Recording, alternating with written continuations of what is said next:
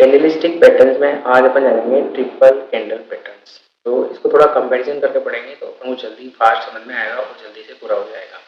तो ये देखिए मॉर्निंग डोजी स्टार, इसमें 3 कैंडल है।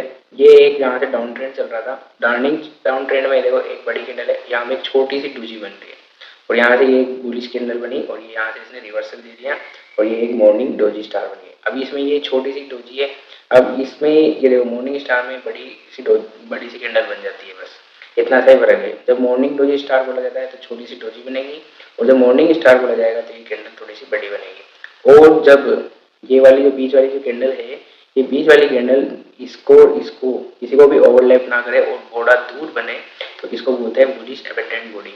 तो कंपैरिजन करके समझ में आया होगा, जब डोजी बनेगी तो मॉर्निंग डोजी स्टार, जब मॉर्निंग स्टार बनेगा तब थोड़ी बड़ी कैंडल बनेगी, ये इसके साथ ओवरलैप कर सकती है। पर बुलिश एबंडेंट बॉडी में ये जो कैंडल बनेगी ये ना इसको किसी को ओवरलैप नहीं करेगी। और सिमिलरली यहाँ देखेंगे अपन बियरिश की तरफ, बियरिश में देखो ये evening doji star, evening doji में ये देखो एक डोजी बन रही है, यहाँ से अप ट्रेंड चल रहा होगा तो इसमें एक डोजी बनी जिसमें बायर और सेलर बराबर हो गए और इसने यहाँ से रिवर्सल दिया और रिवर्सल देने के बाद यहाँ डाउन ट्रेंड चालू हो गया तो ये बन गई एक इवनिंग डोजी स्टार। ठीक है, अब इसके बाद में ये देखो यहाँ डोजी बनी थी, इसके बाद में यहाँ देखो ये क्या बन रहा है अपना एक बड़ा कैंडल, ये हो गया इवनिंग स्टार। और ये देखो ये थोड़ा दूर है, ये इस वाले कैंडल के साथ ओवरलैप नहीं कर रहा है, इसमें देखो ओवरलैप कर रहा है तो ये हो गया बियरिश एबंडेंट बॉडी। तो कंपैरिजन करने से अपनी 6 कैंडल कंप्लीट हो गई। अब देखते हैं 3 वाइट सोल्जर्स। 3 वाइट सोल्जर्स का देखो हर बार हाई ब्रेक हो रहा है, हाई ब्रेक हो रहा है, हाई ब्रेक हो रहा है और ये इनके साथ ओवरलैप भी कर रही है थोड़ी थोड़ी, तो ये एक ट्रेंड बता रही है अप ट्रेंड का। तो ये हो गया 3 वाइट सोल्जर्स। ये एक जब बड़ा मोमेंटम लेना होता है, बड़ी सी कैंडल बनती है तब काम आता है, ये अप ट्रेंड में काम आता है। अब इसका जस्ट अपोजिट क्या हो जाएगा 3 ब्लैक क्रॉस, जब डाउन ट्रेंड चल रहा होगा तो इनका देखो लो ब्रेक हो रहा है हर बार, ये लो ये लो ये लो।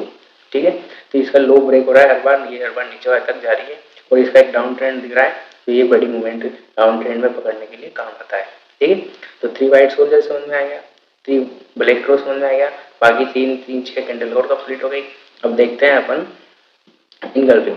बुलिश इनगल्फिंग में देखो सबसे ये एक पहले एक इनगल्फिंग है बुलिश, ये देखो ये इसको देखो बुलिश इनगल्फिंग वाली कैंडल है। अब इसके बाद में ये नेक्स्ट कैंडल बनी है और ये एक नेक्स्ट कैंडल बनी है, तो इन दोनों को अगर मिलाते हैं तो एक बड़ी सी बुलिश कैंडल बन जाती है। अब इस बड़ी सी बुलिश कैंडल के और इस कैंडल के बीच में एक ये बियरिश कैंडल है तो ये एक तरह से इसका सैंडविच बन गया। ठीक है, तो ये एक, जब भी आपको एक समझ नहीं आए तो आप एक काम कर सकते हो, बड़े टाइम फ्रेम में जा सकते हो और इन दोनों की कंपेरिजन वाली एक बड़ी कैंडल देख सकते हो। उसके बाद में जस्ट अपोजिट देखो बियरिश इनगल्फिंग सैंडविच, यहाँ प्रिंट मिस्टेक है थोड़ा सा।